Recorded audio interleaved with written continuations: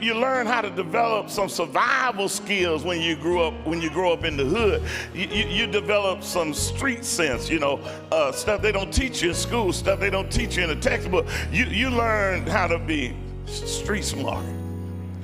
And I'm going somewhere with that, because here's what I discovered, that Jesus had some hooded ways about him. He did. He had some hoodish tendencies, yeah. And pushed, too far. His hood came out of him. Walking freedom, living abundantly in Christ. We are the church unleashed in victory. Reaching our destiny. God selected some poor people, some plain old everyday people living in less than desirable place to provide the backdrop for the upbringing of his only son.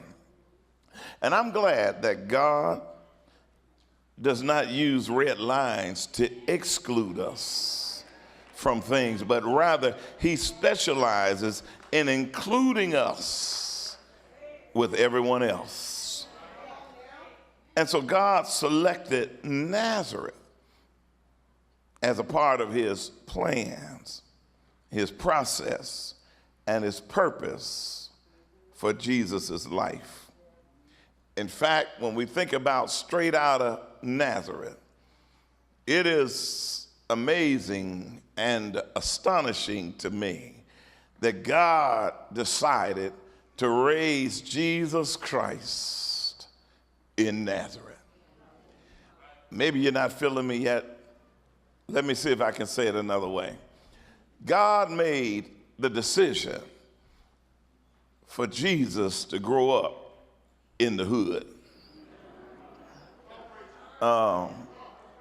God made a decision that it would be best for Jesus to live in the hood, a ghetto baby, if you will.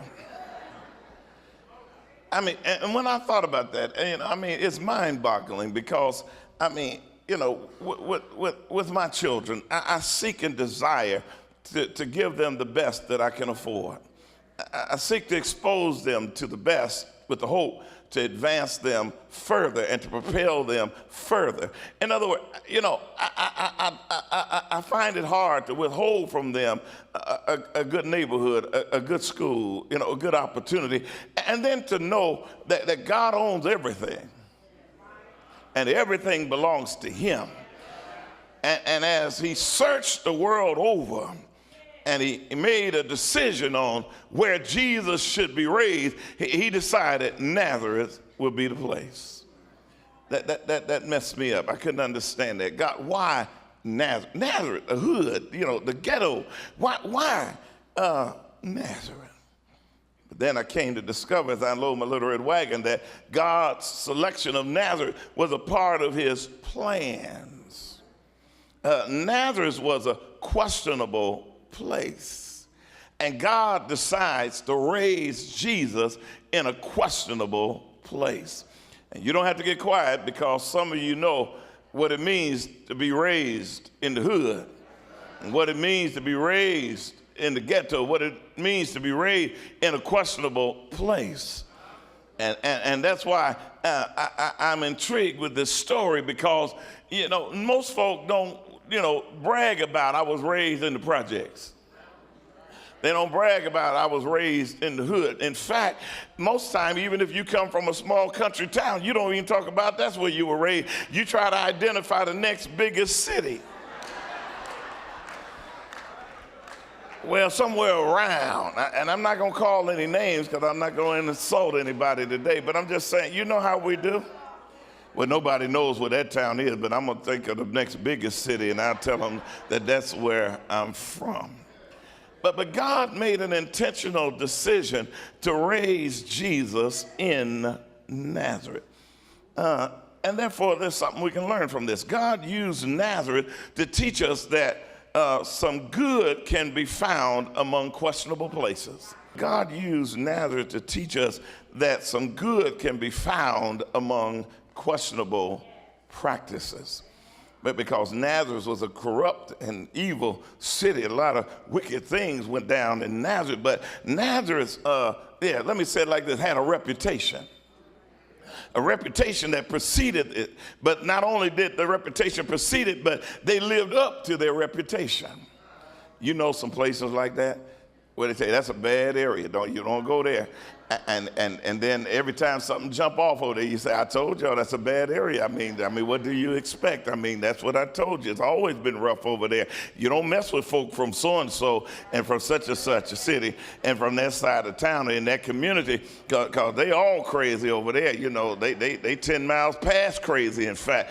You know, and that's really, you know, what we learn about Nazareth when you research that. It was not a good place. The Bible says, can anything good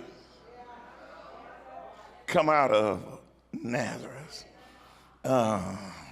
You know, some places that you were told not to visit and you went anyway and found out that you should have listened to the warning. And you're like, Lord, just get me out of here. I promise you I won't come back. I wish I had some help up in here. That's what could be said of now. It was that kind of city, that kind of place that you just don't want to go back. But yet God, are y'all feeling me? God raised Jesus. Y'all acting like I'm making this up. Mary and Joseph, they were living in Nazareth. And Jesus was born in Bethlehem, but he was reared in Nazareth. God used Nazareth to teach us it is not important where you've come from, but rather where you're going. I'll never forget, back in 1980, I was a freshman student at Bishop College, Dr. Virginia Hayes. She was teaching a humanities seminar. That was a freshman orientation. And as I sat in that seminar, she said, we're going to start off by introducing ourselves and saying something about ourselves, and we're going to tell the class where we've come from, our hometowns. And so people were saying, I'm from New York. Others were saying, I'm from Los Angeles. Some said, I'm from Houston. And, they got to me. I said, Champaign-Urbana. They said, where is that? What did you say? I said, Champaign-Urbana. The whole class began to laugh. I said, well, I mean, it is what it is, you know. And I said, I started doing like, everybody else, just about 100 miles south of Chicago, another 130 miles north of St. Louis, about 100 miles west of Indianapolis, about 90 miles east of Peoria, Richard Pryor's from Peoria. You start coming up with stuff to make yourself feel important, And so Dr. Kerry Don Wesley of the Antioch Church, he was in that seminar, and so got to him, said, now, where are you from? He said, Camden, Arkansas. And man, the class laughed even louder. And so he had a comeback line. He said, well, let me tell you something. You might be laughing, but Arkansas is the only state that made the Bible. I said, really? I said, I've never read that. He said, yeah. He said, Noah looked out of the ark and saw. I said, well, all right. You catch that on your way home. And so finally, Dr. Virginia Hayes said, listen, it matters not where you've come from. She said, all that matters is where you're going in life. Can I say that to somebody here today? That it matters not where you've come from. All that matters is where you are going. Jesus was not from the nicest neighborhood. And Jesus was not, the place where you wanted to go visit after dark, but he was in Nazareth. But Jesus came to provide hope for the hood. And I believe a shout goes right there. That God made a decision to raise his only begotten son in the hood so that Christ could identify with folk in the hood and folk in the hood could identify with him. Which leads me to suggest, number two, God's selection of Nazareth was a part of his process. In other words, never be ashamed of where you've come from, because God uses everything in your life to shape you and to develop you into who you are today. Be it whether you came from the projects, whether you came from the ghetto, or whether you came from the hood, or even if you came from the country. You ain't nothing but a country bumpkin. Wherever it is that you were raised, God knew that you needed that experience and that exposure to become who you are today. Listen, Nazareth was a place of questionable people. And when you think about that, Nazareth reminds us that there are always some good people among the bad people. Some folk who look out for the other folk in the hood. Mary and Joseph, they were good people living in Nazareth. You know some good people. You're a good person. You came from, some environments where there were bad people all around, but you learn how to rise above the situation. And here's what I want to suggest to you. Don't allow hard places to make you a hard person. Some folk walk around with an attitude, a chip on their shoulder, mad and indifferent with the world. Listen, give it a break. Don't allow where you're from to define you or to limit you. Folk don't know you from the ghetto till you start acting ghetto. Folk don't know you from the country till you start, carrying on in country ways. You can learn some sophistication in the hood, and you can be refined in the country. I wish I had a witness up in here. Yeah, just because you were raised in the hood doesn't mean you have to look like the hood. I wish I had a witness up in here. In fact, Nazareth reminds us that there are always some good precepts among bad people. In other words, you can learn some lessons from some bad people. Can I work on that for just a moment? Bad people teach us how to survive. That's why you don't mess with folk from the hood. And they'll tell you in a minute, listen, I'm from such and such a community, and you don't really want to come at me like that. You want to come correct, because, it ain't going to take but a minute for some stuff to jump off up in here. Are you with me? And so, in other words, you learn how to develop some survival skills when you grow up in the hood. You develop some street sense, stuff they don't teach you in school, stuff they don't teach you in the textbook. You learn how to be street smart. And I'm going somewhere with that, because here's what I discovered, that Jesus had some hooded ways about him. He did. He had some hoodish tendencies, yeah. And pushed, too far. His hood came out of him. In fact, if you don't believe that, let me tell you what happened one day. Jesus went to church, and they were selling in the hood. They were making a hustle, and they were, setting up tables in the foyer. And Jesus came in, said, y'all got a lot of nerve, come up in my house and set it up like this here and try to take care of some folk. Now I'm getting ready to set it off up in here. And Jesus went bad, y'all. He ran folk out of the temple. He started turning over tables. He started acting a fool up in there. He said, I know how to handle y'all. And then when he got through, he said, my house should be called the house of prayer, but you turned it into a den of thieves. He knew how to, have some comeback lines. I said, I dare you to say something about it. Other times he looked at the religious folk and said, y'all ain't all y'all supposed to be either. Matter of fact, y'all just some snakes and vipers sitting up in here trying to look holy and sanctimonious. Got, halos on your head, wings on your back, think you're on your way to heaven anyhow. I know y'all look at Jesus and y'all say, oh, he was just a passive, kind, and meek and humble lamb. Listen, I know we sing that from time to time, but Jesus had some hood in him. In fact, the disciples picked up on it, and that's why when Jesus was in the Garden of Gethsemane and they came to arrest him, Peter took out his sword, cut off that soldier's ear. Jesus said, hold, Peter, man, we ain't going to do it like that, not today. Because he had to calm down, James and John one day. They wanted to just burn up a whole village because they had rejected him, man. They ain't treating us right. Let's burn up the whole place. Jesus said, oh, man, we ain't going to do it this time, maybe next time, but we're going to let them ride this time. Peter, you trying to get me killed in the alley. Man, I ain't got time for a street fight today, man. I'm trying to get to Calvary. I'll decide when I die. There ain't nobody going to take my life. I'll lay it down, but they ain't going to take my life. And then let me tell you how bad I am, that after I get through laying it down, I'm going to pick it up again when I get ready.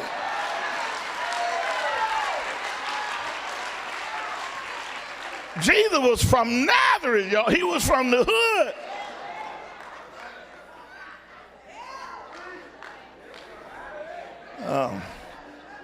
But then bad people teach us how to succeed. He said, I'm going to overcome this situation. Yeah. And you know, when you're around bad folk, that's when you make some decisions, better decisions for your life. Man, I don't want to be like Ray, Pookie, and Shanae them. They ain't going nowhere. They ain't doing nothing. I'm determined I ain't going to be like them. And that's what you have to do when you find yourself exposed to bad situation. You have to make up in your mind that you're not going to conform to the environment, but that you're going to rise above the situation. Tell somebody, I'm a survivor. But then bad people teach us how to stick together. Yeah, how to stick together. You learn that there's unity in the hood. Folk in the hood look out for each other, but they take care of folk who penetrate and infiltrate the hood. And Jesus was that kind of guy. He knew how to stick together, and therefore he and his disciple, they hung tight. But then Nazareth reminds us that we can overcome bad places and bad people. Don't allow a bad place to become an excuse for not excelling. I was born on the wrong side of the tracks, and I don't know who my daddy was, and well, if I had this going for, and any more excuses? Everybody can find something as an excuse if that's the way we want to handle life. You got to get beyond the excuses and start taking responsibility for your life. My mama held me back. Really? Well, what about today? I don't see your mama standing around you right now. All my brothers and sisters, I need to encourage you. Don't allow bad people to become an excuse for not exceeding. I'm reminded of that story about that eagle that was living on a chicken farm. One day, some eagles were flying overhead. They looked down and they said, that's the same strange sight. Look at that eagle down there on the ground, content, hanging out with those chickens. He's walking like a chicken, scratching like a chicken, eating like a chicken, clucking like a chicken. What is he doing down there? So they decided to go down to see what was happening. And they went down and they looked at him. They said, man, what are you doing down here on a chicken farm? He said, I belong here. This is where I live. He said, you don't belong here. Don't you realize you're a strange looking bird? You don't look like a chicken. He said, I am a chicken. So how do you know you're a chicken? He said, because I walk like a chicken, scratch like a chicken, cluck like a chicken, eat like a chicken. This is where I belong. I said, no, man. Something's wrong with your way of thinking. This is not where you belong. I don't know how you ended up here, but this is not where you belong. Listen, that eagle egg had landed on that farm one day, and the hen sat on it and hatched it, and that little eaglet grew up right there on that chicken farm, hanging out with other chickens until it started thinking that it was a chicken. And so this eagle that had landed down there to talk to him said, let me tell you something. Spread your wings. See how far your wingspan is. And he spread his wing. He said, now here, flap your wings. Just start lifting your wing. He started lifting his wings. He said, ooh, it feels pretty good. He said, now keep on doing it. A little fast. He said, ooh, that's real good. And all of a sudden, he began to lift off, and he began to take off the ground. And then all of a sudden, he said, now keep on flapping. And he began to soar toward the sun. He said, I told you, man, you were not a chicken. You were just an eagle with a chicken mentality. And I've come to tell somebody, God has made you for the sky. Don't settle for life on the ground when you got wings to fly. You got to get rid of your chicken mentality. And that's what the birth of Jesus Christ teaches us, and the fact that Jesus was reared in Nazareth. that you can rise above the situation, you can rise above your circumstance, and you can be more than what you think you are. Here's the last one, I'm done. God's selection of Nazareth was a part of his purpose. God used Nazareth to fulfill prophecy. For in Matthew 2:23, and he came and dwelt in the city called Nazareth, that it might be fulfilled, which was spoken by the prophets, he shall be called a Nazarene. Listen, Nazareth provided for Jesus a hometown. But not only did it provide for him a hometown, but Nazareth provided for Jesus a humble beginning. And never despise a humble beginning. But here's what else you learn when you live in the hood. You learn how to be innovative. You learn how to be creative. You learn how to take nothing and make something out of it. You learn how to make the best of what you got. I wish I had some witnesses up in here. Some of you, know what I'm talking about. I know some act like they've never just barely made it. But some of you know what I'm talking about when you go to get some ketchup and it's just a little corner left and you put some water in it so you can stretch it. Some of you know what it means to have petroleum jelly, put it on your hair. I mean, they call it Vaseline now. And put it on your face, cover your ashy lip. I wish I had some help up in here. And then shine your shoes with it. Do I have any witnesses up in here? Oh, when you've come up in the hood, you learn how to survive. Have I got a witness here? And you learn how to take responsibility. Joseph was told that I want you to raise my son. That's what God told Joseph. And because Joseph was a man of responsibility, he took on a child that was not his. Y'all gonna have a hard time digesting that one. But you learn how to take on other folks' responsibility when you live in the hood. Because we learn that it takes a whole village to raise a child. Jesus was not Joseph's biological child. He was God's child. But because Joseph was a man and a leader in his community, he took on God's son and treated him like he was his son. But then also Mary was a resourceful woman. Because you understand how you take a little and make something out of it. When Jesus was born in Bethlehem, Mary said, I don't have health care. I can't go down to the Bethlehem General Hospital.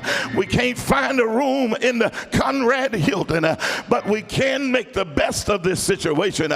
There's a stable on the backside of the city.